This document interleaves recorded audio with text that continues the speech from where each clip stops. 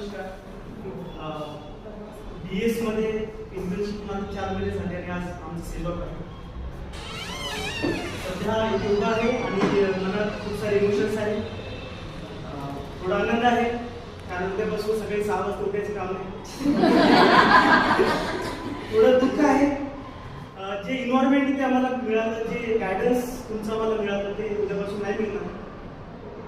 थोडं नर्वसनेस आहे कारण सर्व जे माझे मेंटर आहेत त्यांच्यासमोर बोलायची मला संधी मिळेल आणि ते हिंमत करत आहे आणि चेक करत आहे की डेअरिंग आली की नाही आली या 4 महिन्यामध्ये माझ्यामध्ये, म्हणून विदाउट स्क्रिप्टेड पण बोलायचा प्रयत्न करत आहे. दुसरी गोष्ट म्हणजे इथल्या प्रत्येक टीचरकडून काही ना काही शिकायला मिळालेलं आहे. प्रत्येक टीचरकडून डायरेक्टली इनडायरेक्टली काही ना काही शिकायला मिळालेलं आहे आणि काही टीचरांना तर बघूनच खूप काही शिकायला मिळतं. जसं लक्ष्मी मिसनं जर पाहिलं समजा तर डिसिप्लिन काय असतं ते शिकायला मिळतं आणि डिसिप्लिनचं किती इम्पॉर्टन्स आहे हे आम्ही शिकलो.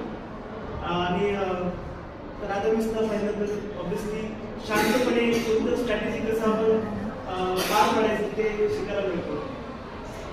राधा मिस आपले काजल मिस ते नाही, Kajal miss is equals to Smith असते. त्यांनी आमच्या शिकारे मॅमचं काम पूर्ण केलं आहे, शिकारे मॅमचं कमी पूर्ण केलं आहे. शिकारे मॅमचं पण स्वभाव same to same Kajal miss सारखंच आहे. सो आम्हाला कधी कमी भासली नाही आमच्या शिकारे मिसची. सो त्यामुळे त्या सर्व टीचरांचे थँक्यू. आणि मोस्ट इम्पॉर्टंट रोल जे की इथले प्रिन्सिपल आहे, प्रिन्सिपल मॅम, आणि मला वाटते की त्यांच्यासाठी माझ्याजवळ तरी खूप कमी शब्द आहे आणि जर इन फ्युचर मी प्रिन्सिपल झालो तर त्यांच्या पावलावर पाऊल घेऊन चालेल असं मी तर या प्रकारे प्रत्येक टीचिंग नॉन टीचिंग स्टाफकडून खूप काही शिकायला मिळाले आणि पॉझिटिव्ह एक्सपिरियन्सेस तर खूप सारे आहेत पण काही निगेटिव्ह एक्सपिरियन्सेस पण आहेत जे मला इथं शेअर करू वाटत आहे आणि मला तुम्ही अलाव करा ते मी शेअर करेन.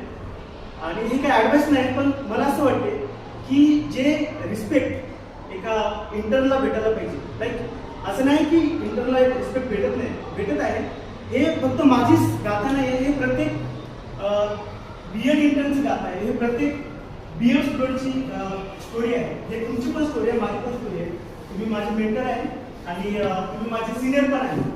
सो असं काही होऊ शकणार का मॅम की त्या स्टुडंटच्या माइंडमध्ये आपण असं इम्प्लांट करू की हे BEdचे टीचर जे आहे, जे इंटर्न आहे ते फक्त दादा आणि दिदी नाही बघा, ते ॲक्च्युली टीचर आहे.